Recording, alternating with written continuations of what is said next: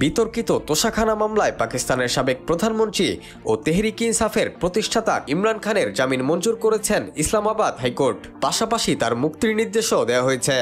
গত ১ বছরেরও বেশি সময় ধরে রাওয়ালপিন্ডির গ্যারিসন শহরের আদিয়ালা কারাগারে বন্দী আছেন ইমরান খান। একই কারাগারে বন্দী ছিলেন তার স্ত্রী বুশরা বিবিও। প্রায় ৯ মাস পর গত ২৪ অক্টোবর জামিনে মুক্তি পান বুশরা বিবি।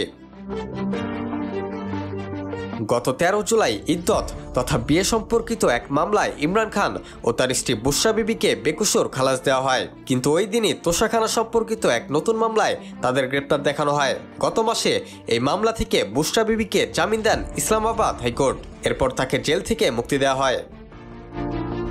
প্রায় ১ মাস পর আজ বুধবার ইমরান খানের জামিন মঞ্জুর করা হলো। সেই সঙ্গে মিলেছে মুক্তির আদেশও। তবে তা সত্ত্বেও সাবেক প্রধানমন্ত্রীকে মুক্তি দেওয়া হবে কিনা তা এখনও স্পষ্ট নয়, কারণ তার বিরুদ্ধে এখনও দুর্নীতি থেকে শুরু করে সন্ত্রাসের মতো আরও অনেক মামলা রয়েছে। উল্লেখ্য, ২৪ নভেম্বর দেশজুড়ে সর্বাত্মক বিক্ষোভের ডাক দিয়েছে ইমরান খানের দল পাকিস্তান তেহরিক ইনসাফ। বিশাল জমায়েত আশঙ্কা করে আগামী ২ মাসের জন্য ১৪৪ ধারা জারি করেছে পাকিস্তান সরকার। ইতোমধ্যেই দেশটির প্রতিরক্ষা মন্ত্রী পিটিআইয়ের সঙ্গে আলোচনায় বসার প্রস্তাব দিয়েছিলেন, কিন্তু ইমরান খান রাজনৈতিক নেতাদের সঙ্গে আলোচনায় বসতে চান না বলে জানানো হয়। তিনি চান সেনাবাহিনীর সঙ্গে আলোচনায় বসতে।